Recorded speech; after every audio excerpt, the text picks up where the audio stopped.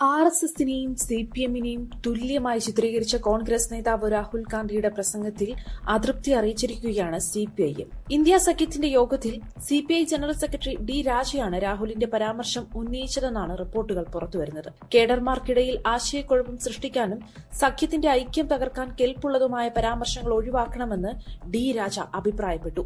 India സഖ്യത്തിനുള്ളിലെ ഇടതുപക്ഷത്തെ ആർഎസ്എസുമായി താരതമ്യം ചെയ്യുന്ന പ്രസ്താവന ഒഴിവാക്കണമെന്ന് മറ്റൊരു നേതാവും യോഗത്തിൽ പറഞ്ഞു.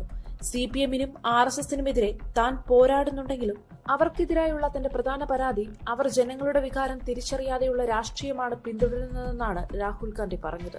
പുതുപ്പള്ളിയിൽ ഉമ്മൻചാണ്ടി അനുസ്മരണത്തിനിടെയായിരുന്നു രാഹുലിന്റെ വിവാദ പരാമർശം. നേരത്തെ സിപിഎം ജനറൽ സെക്രട്ടറി എം.എ. ബേബിയും രാഹുലിന്റെ പരാമർശത്തെ ശക്തമായി വിമർശിച്ചിരുന്നു.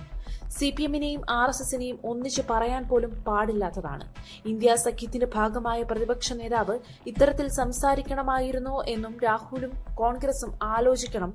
ഇന്ത്യയിലെയും കേരളത്തിലെയും രാഷ്ട്രീയ യാഥാർത്ഥ്യങ്ങളെക്കുറിച്ച് ധാരണയില്ലാത്തതിന്റെ പ്രതിഫലനമാണ് ഈ പ്രസ്താവനയെന്നുമാണ് എം.എ. ബേബി പ്രതികരിച്ചിരുന്നത്.